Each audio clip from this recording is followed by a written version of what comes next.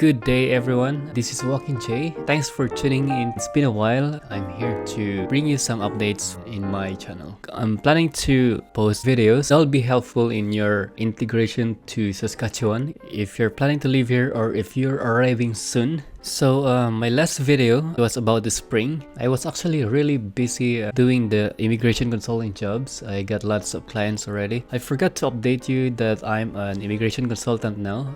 That was since October 2021. I got this license certificate now. I'm doing the immigration consulting job in the morning, and I'm going to my full-time job, which is the Canada Post as a letter carrier, postman as we called it before, popularly known as mailman. It is now called letter carrier. It's because 30% of my colleagues are female, so it shouldn't be called as a postman anymore. Instead, a gender-friendly title. I've been doing this for 7 years now. I appreciated this job. It's because primarily there is no time in, time out. As long as we're done with our job for that day, then we can go home now. Most of my days are only working an average work of 6 hours. I start to work by 12 o'clock. Otherwise, I'll just gonna stay there outside for hours of waiting by the end of the day. And it's actually favorable for me. It's because I can still do my job in the morning. If I'm doing a full-time office job, then that's gonna be like from 8 a.m. to 5 p.m. So it's not practically good for my time. Otherwise, I'll be working like late at night to do the consulting. I'm still prioritizing my full-time work. It's because this is a good paying job. It's a paid exercise. It's because I am paid to walk like in 3 to 4 hours. And also it pays me like 30 Canadian dollars per hour, so it's actually a good money. This is the reason why I am able to afford studying. It's because I got less time work, but I'm still getting paid in full 8 hours. Anyway guys, my update in this vlog, I'm just gonna answer questions for an immediate information, because if I'm gonna make a video, it takes me 1 month to edit it. Most of my comments in my videos, how can they find a place in Saskatchewan if there's no family? Yeah, for sure. Number one, having a family relatives here in Saskatchewan would really help. It's because you can ask them to find a home for you once you arrive here in Canada or in Saskatchewan province. That's the reason why the adaptability points of having a close family relative here in Saskatchewan is really high. It's because they could be able to help you finding your place here, and also they will help you to adjust in your new place. If you don't have family member here, I would suggest that you find in a marketplace like in the Facebook. It's very popular here now in contacting a landlord. Just make sure that you will have a contract with them. There's standard format in the lease contract produced by the Saskatchewan, and you can download it from the Saskatchewan website. My third suggestion would be to rent an Airbnb at least for 2 weeks in your arriving time in Saskatchewan. It's because you will need an address before you arrive here in Canada, which is the border officer will interview you. It's just gonna be like a 10 minutes interview. It's just a verification of documents, and they will ask you for your address. Also, when you're departing the country, they will always ask for your home address here in Canada.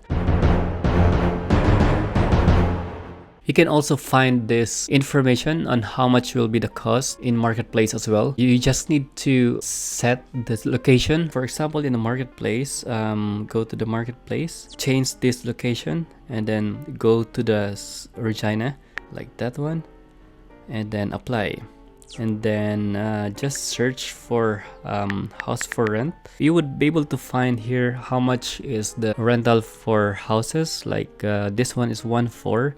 It's gonna be like fully furnished 3-bedroom house. So, and 3-bedroom house for rent, like that. Or even you can say apartment for rent, like that one. There's a 750 here, which is looks like it's good. 1195. So yeah, like that one. So you can always contact them.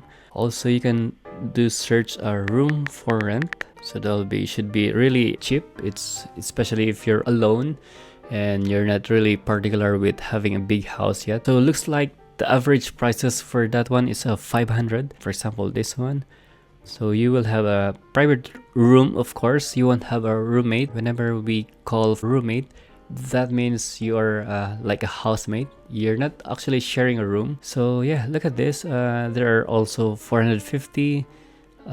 So you will have a private room, but the kitchen and probably the washroom, the living room is shared with the owner or with the other renters. With having a room for renting, it includes everything already, so you don't need to pay for utilities anymore. But if you're family arriving here, then yeah, that's the time that you can search for the apartment or a house if you are able to afford it anyway. And for example, in my apartment, we are renting this 1,200 Canadian dollars. That includes all the utilities already except for the power. You don't really need to be afraid of Saskatchewan winter. You just need to have a proper clothing in order to encounter that one.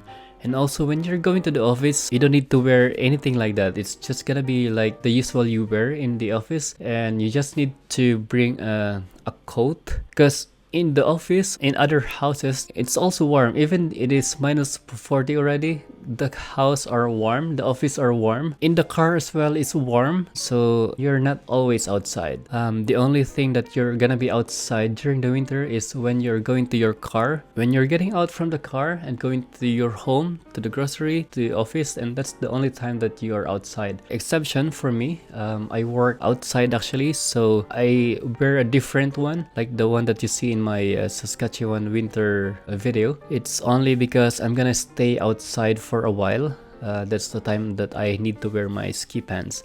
It's just like going to the ski park. If you're gonna be like outside majority of your time, then yes, you need to wear the proper clothing. And also yes, there's also exemption. If you're riding a bus, you're gonna need to wear thicker clothes and be prepared for standing outside for like 50 minutes. Thanks guys for tuning in again. I'm able to manage my time now. I hope I provide you more information. I really appreciate your comments and liking in my videos. I reply to every comment that you make. Just leave a comment and so that I could recognize you whenever we bump into when you're around Regina, and I'll see you in my next video. Bye.